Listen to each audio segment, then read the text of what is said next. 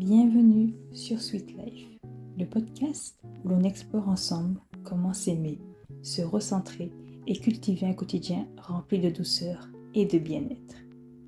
Je suis Nancy, alias Mademoiselle Sweetie, passionnée de développement personnel et de lifestyle.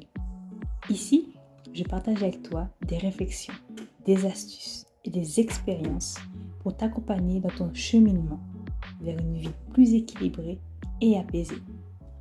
Prends un moment pour toi et c'est parti pour l'épisode du jour. Aujourd'hui, j'aimerais prendre le temps avec vous de répondre à la question suivante. Pourquoi 2025 est l'année où vous devez investir en vous-même? Ma première réponse serait que chaque année, qu'elle soit générale ou bien scolaire, est pour moi une occasion de changement, de renouveau.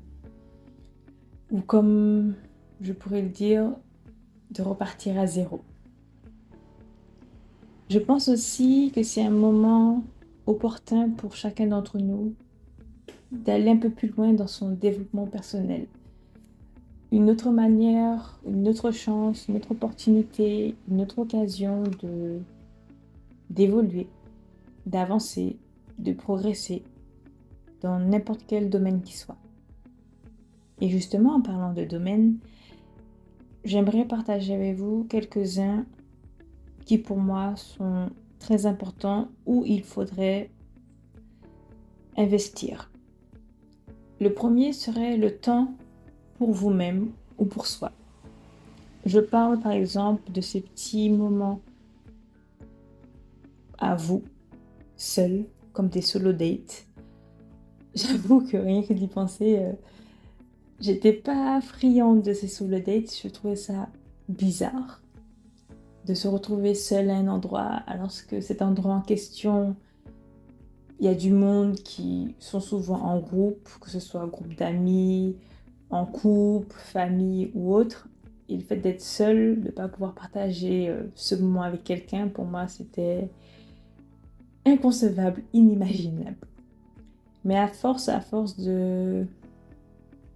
d'avoir réitéré plusieurs fois ces petits rendez-vous, j'ai commencé à les apprécier. J'ai commencé à les aimer. Et comme on dit, après les avoir essayés, je ne peux plus m'en passer car essayer, c'est l'adopter. Après, comme idée de solo date, il y en a tellement. Il y a aller au ciné, aller au restaurant, ou soit bien faire une randonnée aussi, c'est un temps pour vous. Faire des activités qui vous plaisent, mais en fait qu'elles soient centrées sur vous-même et pas sur les autres. Justement, être un peu égoïste de ce côté. Un tout petit peu, pas beaucoup. Autre domaine, je parlerai peut-être, ce qui me vient en tête, sans trop réfléchir bien évidemment, aux formations, qui pour moi sont une occasion d'acquérir de nouvelles compétences, qui par la suite deviendront de nouvelles expériences. Il y a des formations, que ce soit professionnelles, liées à, peut-être, au métier, aux études que vous souhaitez faire. Mais il y a aussi des formations plus, on va dire, plus psychologiques, intellectuelles, pour apprendre à, par exemple, avoir mieux confiance en vous, avoir un peu plus de lâcher prise, changer votre mindset. Il y a tellement de formations, de domaines, de thèmes, de sujets que la liste serait trop longue pour que je puisse la partager dans cet épisode. Mais si jamais vous voulez que je rentre un peu plus en détail, n'hésitez pas à me le faire savoir en commentaire ou via mes réseaux sociaux qui seront également en barre de description. Et vous pourrez également m'envoyer un message. Un autre domaine que je viens d'y penser justement, c'est le bien-être. Je parle de tout ce qui est lié au self-care, à skincare, haircare, tout ce qui est, on va dire, pour prendre soin de vous.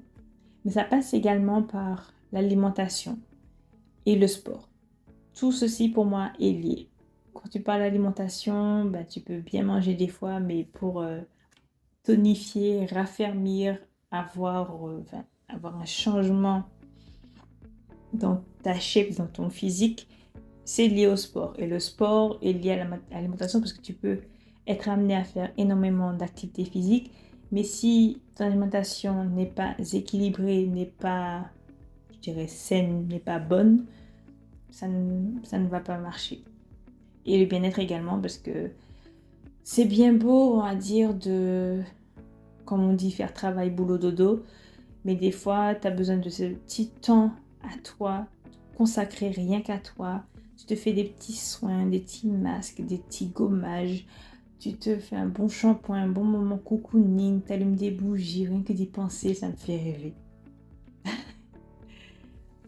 Mais franchement, pour moi, chaque année, c'est une occasion rêver. C'est toujours une bonne chose de faire ce développement personnel, d'approfondir les choses, d'aller au-delà de ses limites, sortir de sa zone de confort.